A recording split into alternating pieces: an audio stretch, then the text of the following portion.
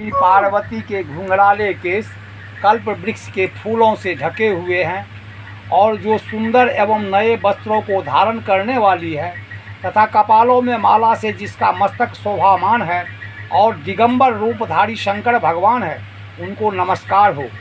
कैलाश पर्वत की सुंदर विशाल चोटी पर विराजमान भगवान शंकर से गौरी ने पूछा, हे प्रभु, आप मुझे गुप्त से गुप्त किसी व्रत की कथा सुनाइए। हे स्वामी, यदि आप मुझ पर प्रसन्न हो तो ऐसा व्रत बताने की कृपा करें जो सभी धर्मों का सार हो और जिसके करने में थोड़ा परिश्रम हो और फल भी विशेष प्राप्त हो। यह भी बताने की कृपा करें कि मैं आपकी पत्नी किस व्रत के प्रभाव से हुई हूँ। हे जगत के स्वामी, यदि आप मध्य अंत से रहित हैं, आप मेरे पति किस दान अथवा पुण्य के प्रभाव से हुए हैं। शंकर जी बोले कि हे देवी सुनो, मैं तुमसे वह उत्तम व्रत कहता हूँ जो परम गोपनीय एवं मेरा सर्वस्व है। वह व्रत जैसे कि ताराओं में चंद्रमा, ग्रहों में सूर्य, वर्णों में ब्राह्मण, सभी देवताओं में विष्णु, नदियों में जैसे गंगा, पुराणों में महाभारत, वेदों में सामवेद, इंद्रियों में मन जैसे श्रेष्ठ समझे जाते, वैसे ही पुराण एवं वेदों का सर्वस्व इस व्रत को शास्त्रों ने कहा है। उसे एकाग्र मन से श्रवण करो। इसी व्रत के प्रभाव से तुमने मेरा अर्धासन प्राप्त किया। तुम मेरी परम प्रिय हो, इसी कारण वह सारा व्रत मैं तुम्हें सुनाता हूँ। भादो महीना हो, शुक्ल पक्ष की तृतीया हो, हस्त नक्षत्र हो, उसी दिन इस व्रत के अनुष्ठान से मनुष्य के सभी पाप भस्मीभूत हो जाते हैं। हे देवी सुनो, जिस महान व्रत को तुमने हिमालय पर्वत पर धारण किया था वह सब का सब पूरा वृतांत मुझसे श्रवण करो। श्री पार्वती जी बोली, भगवान, वह सर्वोत्तम व्रत मैंने किस प्रकार किया था यह सब हे महेश्वर मैं आपसे सुनना चाहती हूँ। शिव जी बोले, हिमालय नाम का एक उत्तम महान पर्वत है। नाना प्रकार की वृक्ष भूमि तथा वृक्षों से ये शोभामान है। अनेक प्रकार के पक्षी वहाँ अपनी मधुर बोलियाँ से उसे शोभामान कर रहे हैं एवं चित्र विचित्र मृगादि पशु वहाँ विचरते हैं। देवताओं, गंधर्व, सिद्ध चरण एवं गुहक प्रसन्न होकर वहाँ घूमते रहते हैं। गंधर्व जन गायन करने में मग्न रहते हैं। नाना प्रकार की वैदुर्य मणियों तथा सोने की ऊंची चोटियाँ रूपी भुजाओं से आकाश पर लिपटा हुआ दिखाई देता है। उसका आकाश से स्पर्श इस प्रकार से है जैसे कोई अपने मित्र के मंदिर को छू रहा हो।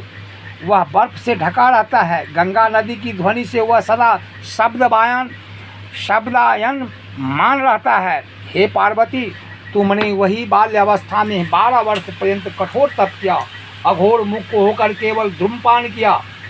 फिर 64 वर्ष पर्यंत पक्के पत्ते खाए। माघ महीने में जल में खड़ी होकर तप किया। बैसाख में अग्नि का सेवन किया। सावन में अन्न पान त्याग कर दिया। एकदम बाहर मैदान में जाकर तप किया। तुम्हारे पिताजी तुम्हें इस प्रकार के कष्टों को देखकर घोर चिंता से व्याकुल हो गए। उन्होंने विचार किया कि यह कन्या किसको दी जाए। उसी समय ब्रह्मा जी के पुत्र परम धर्मात्मा श्रेष्ठ मुनि श्री नारद जी तुम्हें देखने के लिए वहां आ गए। उन्हें अर्घ्य आसन देखकर हिमालय ने उनसे कहा, हे श्रेष्ठ मुनि, आपका आना शुभ हो। बड़े भाग्य से आप जैसे ऋषियों का आगमन होता है। कहिए आपका शुभ आगमन किस कारण से हुआ। श्री नारद मुनि बोले, हे पर्वतराज सुनिए, मुझे स्वयं विष्णु भगवान ने आपके पास भेजा है।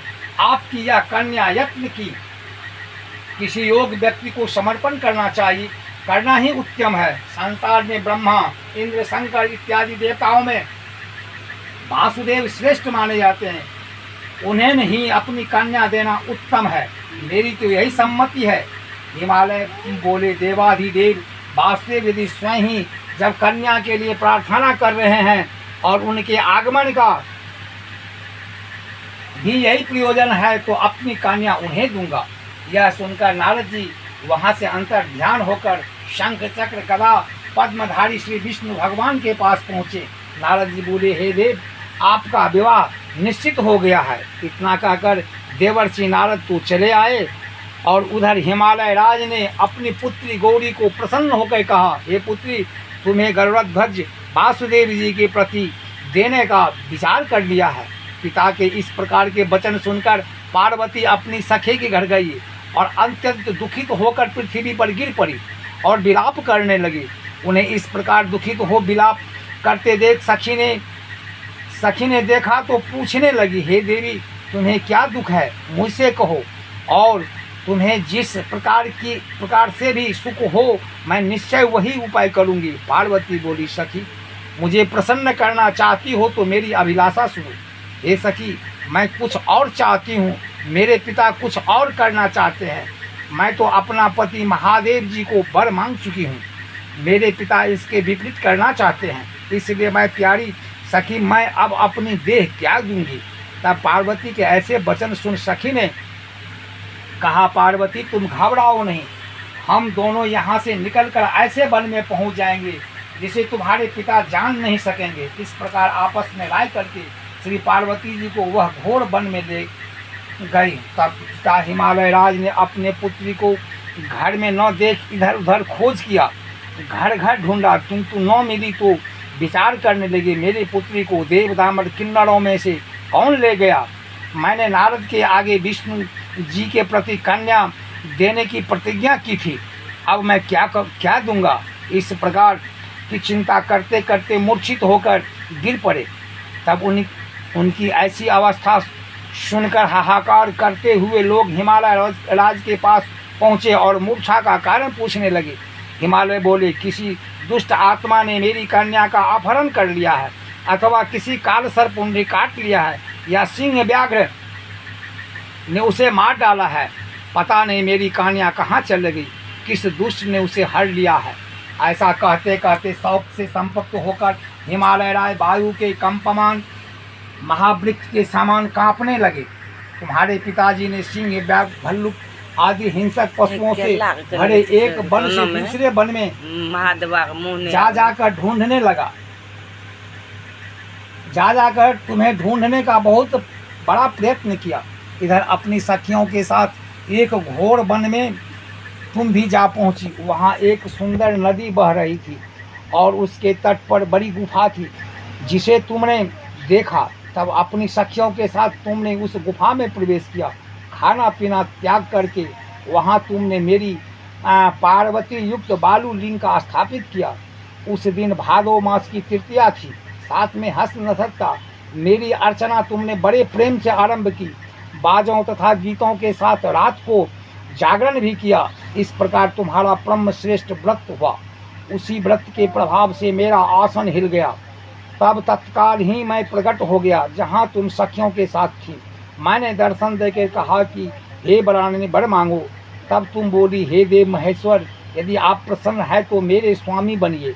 तब मैंने तथास्तु कहा। फिर वहाँ से अंतर्ध्यान होकर कैलाश पर पहुँच गया। इधर जब प्रातः काल हुआ तब तुमने मेरी लिंग मूर्ति का नदी में विसर्जन किया।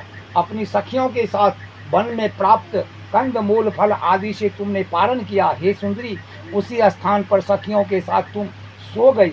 हिमालय राज तुम्हारे पिता भी उसी घोर वन में आ पहुँचे। अपना खाना पीना त्याग कर वन में चारों ओर तुम्हें ढूंढने लगे। नदी के किनारे दो कन्याओं को सोता हुआ उन्होंने देख लिया और पहचान लिया। फिर तो तुम्हें उठाकर गोदी में लेकर तुमसे कहने लगे, हे पुत्री, सिंह व्याघ्र आदि पशुओं से पूर्ण इस घोर वन में क्यों आई।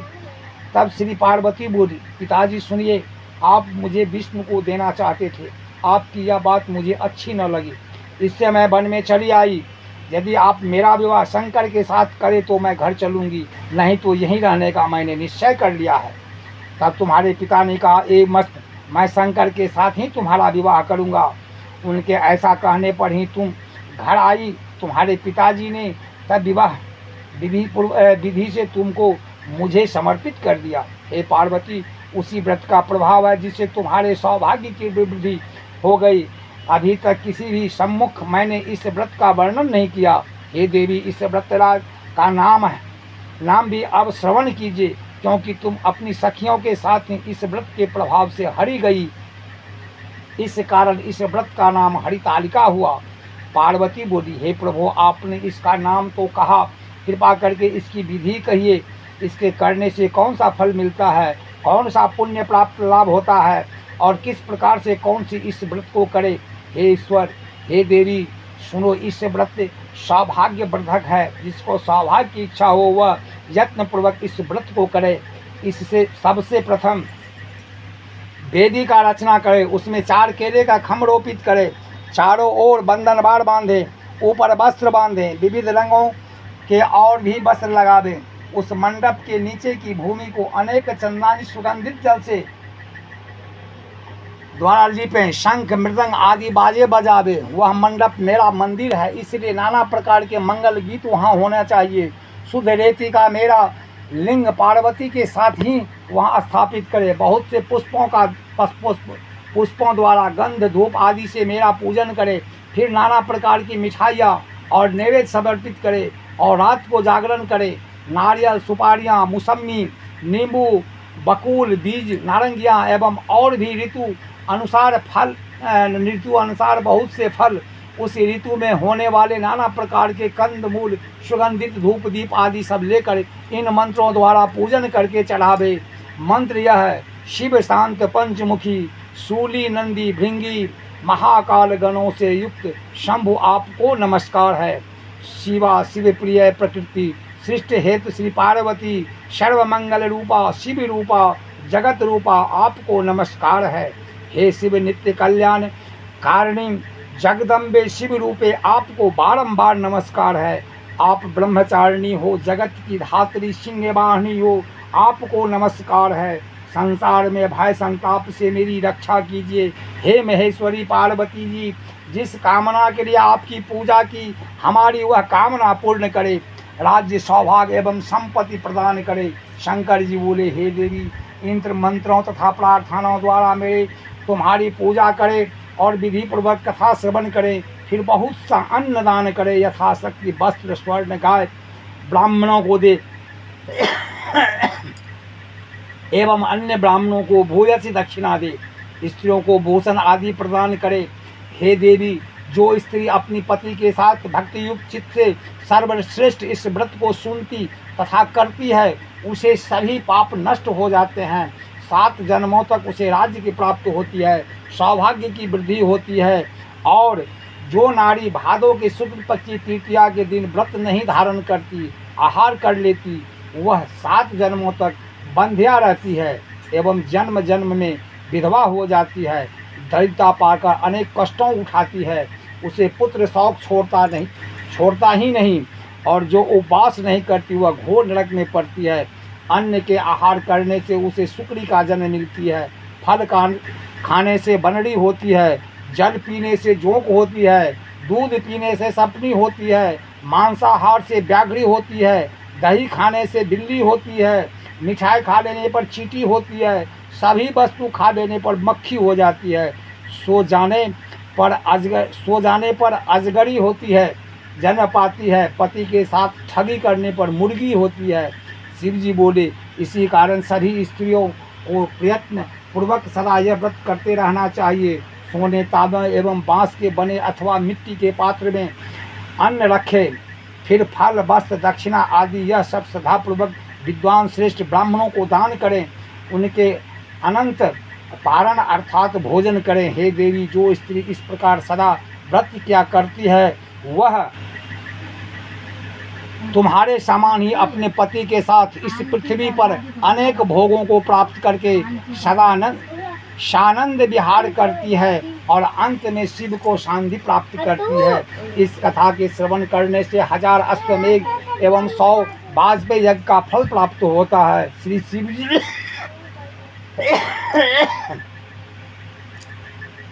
हे देवी, इस प्रकार मैंने आपको इस सर्वश्रेष्ठ व्रत का महात्म्य सुनाया है, जिसके अनुष्ठान मात्र से करोड़ों यज्ञ का पुण्य फल प्राप्त होता है। बोलो श्री शंकर भगवान की जय। आरती तैयार करूँ।